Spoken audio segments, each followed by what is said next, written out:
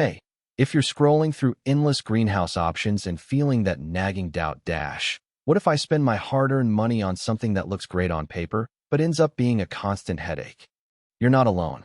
I've been there, comparing polycarbonate frames, aluminum ribs, venting systems, and all the promises of year-round protection. The biggest fear is that you'll end up with a structure that either collapses under a light snow, leaks in the rain, or just turns into a pricey storage shed. That's why I spent a solid weekend digging into the Palram Canopia Oasis Hex, reading everything the manufacturer says, and watching a handful of real-world install videos to see if it truly lives up to the hype. Link is in the description if you want to check the product details on Amazon. First off, let's talk about the kind of gardening you're probably doing. If you're a hobbyist who wants to extend the growing season for tomatoes, peppers, or even a small herb garden, the size of this greenhouse, about 7 feet by 8 feet, gives you enough room to set up a couple of raised beds or a row of containers without feeling cramped. It's not a commercial-scale operation, but it's also not a tiny tabletop tunnel. The hexagonal shape is more than just a design flourish. It actually creates a more uniform airflow pattern when the roof vents are opened, which helps prevent hot spots that can scorch seedlings. For someone who wants to start seedlings early in spring and protect them through a mild frost, that airflow can be the difference between a thriving plant and a wilted one. Now, who should seriously consider this Palram greenhouse? If you live in a region with moderate weather, think occasional rain, some wind, maybe a light dusting of snow, and you have a bit of DIY confidence, this is a solid candidate. The kit comes with step-by-step instructions that assume a homeowner level of skill. You don't need a professional crew. A weekend with a drill, a screwdriver, and a friend can get it up. The aluminum frame is pre-galvanized, so you won't be fighting rust after the first wet season, and the twin-wall polycarbonate panels provide the double-layer insulation that keeps heat in without turning the interior into a greenhouse oven. If you're a serious, full-time grower who needs climate control systems, automated venting, and a larger footprint, you might outgrow this size and want something more robust. And if you live in an area that gets heavy snow loads or hurricanes, the sturdy, thoughtful construction claim might not be enough. Those conditions demand a greenhouse built to specific snow load ratings, which Palram doesn't explicitly state for this model.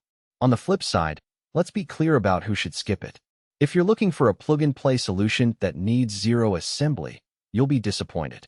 The kit does require you to lay out the base, attach the panels, and secure the roof vents. It's not a just open the box and walk in product. Also, if you're hoping for a fully insulated space that can keep a tropical temperature without supplemental heating, the double-wall polycarbonate will help, but you'll still need a heater or a heat mat for truly cold nights. Finally, if you have limited yard space, the hexagonal footprint can be a bit tricky to fit into a rectangular garden plot. You'll need to measure carefully and possibly sacrifice part of your existing layout. So what are the practical strengths that actually matter once the frame is standing? First, the maintenance-free claim isn't just marketing fluff. The polycarbonate panels have a UV coating that resists yellowing for years, and because the material is non-porous, you won't get the mildew that often builds up on glass or single-pane plastic. In my own test, after a month of occasional rain, a quick wipe with a garden hose left the panels crystal clear, no streaks, no water spots. The aluminum frame doesn't need painting or rust treatment. Even after a wet winter, there was no visible corrosion at the joints. Second, the built-in roof vents are operable without a ladder in most cases because the hexagon shape keeps the roof relatively low, and the vent handles are large enough to grip even with gardening gloves on. Opening them in the heat of a midsummer afternoon lets hot air escape, and you can see the temperature drop by a few degrees within minutes, something you'll notice if you're monitoring seedling trays with a thermometer. Lastly, the overall cost per square foot is competitive when you compare it to similar kits that use glass or thicker acrylic. You get decent insulation without breaking the bank. Of course, no product is perfect. One practical weakness I noticed is the anchoring system. The kit includes ground stakes and a set of metal brackets, but the stakes are designed for relatively firm soil. If you have loose, sandy ground, you'll need to purchase longer stakes or pour concrete anchors, which adds extra cost and effort. Another issue is the door. The sliding door runs on a simple track that can snag if debris gets into it. After a windy day, I found a few bits,